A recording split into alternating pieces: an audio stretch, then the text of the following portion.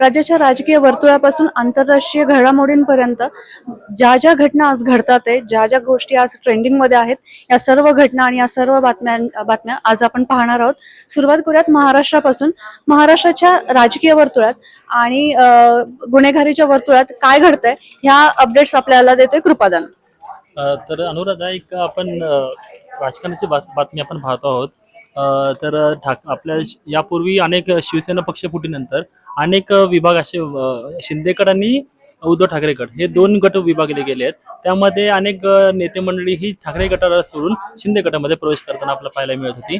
त्याच स्वरूपात आज पुण्यातले एक नावाजलेले आमदार म्हणून अशी ओळख असलेले महादेव बाबर, ज्यात यापूर्वी ठाकरे गटामध्ये होते, त्यांनी आता राष्ट्रवादी म्हणजे अजित पवारांच्या राष्ट्रवादीमध्ये प्रवेश केल्याचा आपल्याला पाहायला मिळतोय. या स्थानिक स्वराज्य संस्थांच्या निवडणुकीपूर्वीच हा प्रवेश झाल्याने एक ठाकरे गटाला एक प्रकारचा धक्का मानला जातो आहे. आणि त्याची स्वरूपाची एक बातमी जी आहे ते नागपुरातून केवळ 6,000 रुपयाचा पगार होता म्हणून एका ट्रक चालकाने ते 2 ट्रक हे अक्षरशः जाळून टाकले होते आणि त्यामध्ये त्याला 40,000पर्यंत नुकसान झाले होतं. कारण तर काय, तर फक्त 6,000चा पगार जे मागितला आणि त्यामुळे ते अशी घटना आपल्या नागपुरात पाहायला मिळते. अनुराधा, धन्यवाद कृपादान. संपूर्ण राज्यामध्ये काही ठिकाणी पावसाचा जोर कायम आहे, तर काही ठिकाणी पावसाचा जोर जो ओसरला आहे. पश्चिम महाराष्ट्रामध्ये काही ठिकाणी मुसळधार पाऊस आहे, तर विदर्भामध्ये अजिबात पावसाचे कुठेही नामोनिशाण दिसत नाहीये. या महाराष्ट्राच्या या हवामानाबद्दल आज आपल्याला सांगतोय तेजस काय सांगशील महाराष्ट्रात? गेले काही दिवस राज्यामध्ये अत्यंत मुसळधार असा पाऊस सुरू आहे. काल बघितलं तर पुण्याच्या खडकवासला धरणातून देखील पाण्याचा विसर्ग सुरू होता. कोल्हापुरात पंचगंगा नदीने आपली पाण्याची पातळी ओलांडली होती. राजाराम बंधारा पाण्याखाली गेला होता. तर आता हवामान विभागाने पुन्हा पुढील 4 ते 5 दिवस राज्याला अति ते अतिमुसळधार पावसाचा इशारा दिलेला आहे. कोकण किनारपट्टी असेल, रायगड, रत्नागिरी, सिंधुदुर्ग, पश्चिम महाराष्ट्र, पुणे आणि विदर्भ, मराठवाडा या जिल्ह्यात देखील अति ते अतिमुसळधार पावसाच्या इशाऱ्यासह येलो अलर्ट देण्यात आलेला आहे.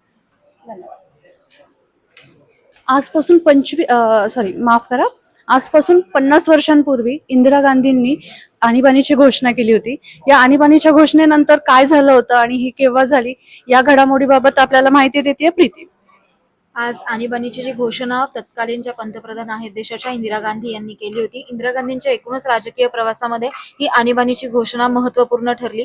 इलाहाबाद कोर्टाने त्यांना जो रायबरेलीचा तिथून उमेदवारी त्यांची अवैध ठरवली होती, त्यांची निवड अवैध ठरवली होती. यानंतर हा आणीबाणीचा निर्णय घेण्यात आला, ज्यानंतर संपूर्ण देश हा ठप्प पडला होता. पुन्हा एकदा 50 वर्षानंतर आता भाजपची सत्ता केंद्र आणि राज्यामध्ये असताना या निर्णयावरून पुन्हा एकदा राजकारण रंगलंय देशात आणि राज्यातील अनेक नेते एकमेकांवर आरोप प्रत्यारोप करतात. याबाबत देवेंद्र फडणवीस मुख्यमंत्र्यांनी सुद्धा लेख लिहिलाय. त्यामुळे नक्कीच राज्यात खूप राजकारण रंगलेलं आहे. धन्यवाद प्रीती. पुण्यामध्ये भाजपचे एक पदाधिकारी आहेत प्रमोद कोंढरे म्हणून.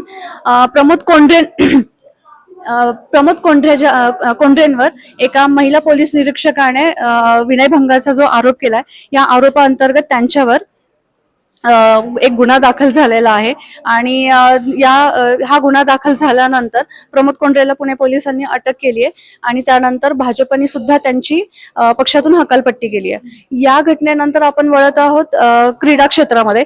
सध्याला काल इंग्लंड आणि भारतीय क्रिकेट संघाची जी मॅच झाली, या मॅच बद्दल आपल्याला अपडेट देतोय लखन.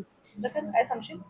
सध्या स्पोर्टच्या बाबतीत आपल्याकडे 2 महत्त्वाच्या घडामोडी आहेत. त्यातली घडामोडी पहिली घडामोड म्हणजे WTCची जी सायकल सुरू आहे, त्या सायकल मधला पहिला जो कसोटी सामना आहे भारताचा तेंडुलकर आणि अँडरसन ट्रॉफी मधला. त्या 5 कसोटी सामन्यांमध्ये इंग्लंड आणि भारत यांच्यातील पहिला कसोटी सामना हा इंग्लंडने जिंकला आहे. भारताने चौथ्या डावामध्ये इंग्लंड समोर 371 धावांचं लक्ष दिलं होतं. ते लक्ष इंग्लंडने सहज पूर्ण केलं. या विजयाचे हिरो ठरले ते म्हणजे बेन डकेट असेल, जो रूट असेल, या विजयाचे खरे हिरो ठरले. त्यानंतर दुसरी महत्वाची गोष्ट अशी आहे की या कसोटी मालिकेमध्ये बेन डकेटने जो इंग्लंडचा सलामीवीर आहे त्याने एक विक्रम रचला आहे. तो विक्रम म्हणजे 2025 मध्ये तो पहिला असा फलंदाज ठरलाय ज्याने या वर्षात 1000 धावा पूर्ण केल्या.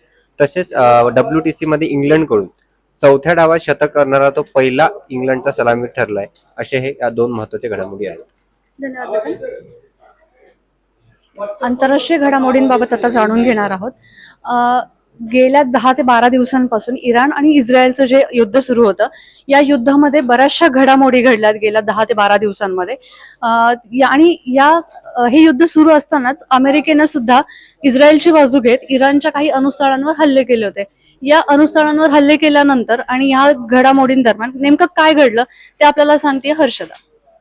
नक्कीच इराण आणि इस्रायलचा संघर्ष आता पेटला आहे. इराण आणि इस्रायलच्या संघर्षात आता अमेरिकेने पण उडी घेतली आहे आणि हे असतानाच म्हणजे इराण आणि इस्रायल नी ज्या अमेरिकेने ज्या इराणच्या अणुस्थळांवर हल्ला केला त्या अणुस्थळांवर हल्ल्याबाबत एक महत्त्वाची आणि एक धक्कादायक माहिती समोर आली. ती म्हणजे इराणमधून 400 किलोचे समृद्ध युरेनियम गायब आहे आणि अमेरिकेचे उपराष्ट्राध्यक्ष JD व्हॅन्स यांनी या गोष्टीची पुष्टी केली आहे की हे जे 400 किलो युरेनियम आहे ते गायब आहे आणि ही एक जागतिक चिंतेची बाब आहे. याचं कारण इतक्या अमाऊंटच्या युरेनियममुळे 10 अणुबॉम्ब तयार करण्यात येऊ शकतात आणि ही एक अत्यंत धक्कादायक गोष्ट आहे असं मला वाटतं. धन्यवाद. आंतरराष्ट्रीय जगतामध्ये अजून एक घडामोड घडली आहे.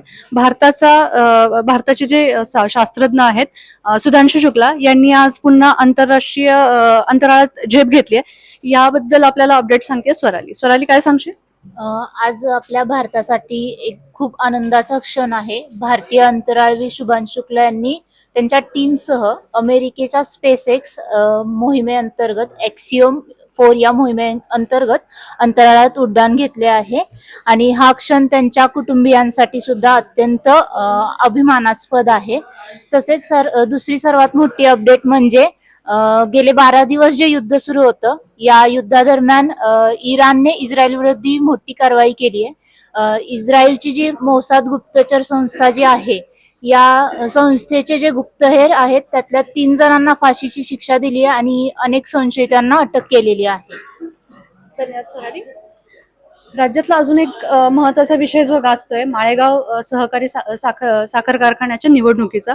या निवडणुकीमध्ये 2 पॅनल होते. पहिला अजित पवारांचा पॅनल होता, निळकंठेश्वर पॅनल, आणि दुसरा होता शरद पवारांचा जो आहे समर्थक चंद्रराव तावरे यांचा.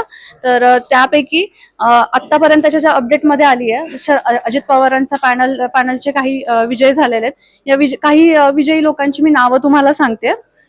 आतापर्यंतचे विजयी झालेल्या अजित पवारांच्या पॅनलची नावं आहेत विलास देवकाते जे विजयी उमेदवार आहेत. दुसरे आहेत रतन भोसले.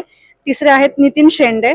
चौथे आहेत संगीता कोकरे, ज्योती मुलमुले, शिवराज जाधवराव, राजेंद्र बरुंगले, भाऊसाहेब तावरे, योगेश जगताप, तानाजी कोकरे, स्वप्नील जगताप हे माळेगाव साखर कारखान्याचे सगळे विजयी उमेदवार आहेत. आणि राज्यातल्या ज्या काही घडामोडी आहेत या सगळ्या घडामोडींचे अपडेट आम्ही तुम्हाला देतच राहू. त्यासाठी नवराष्ट्राच्या डिजिटल चॅनलला फॉलो करा आणि सबस्क्राईब करा.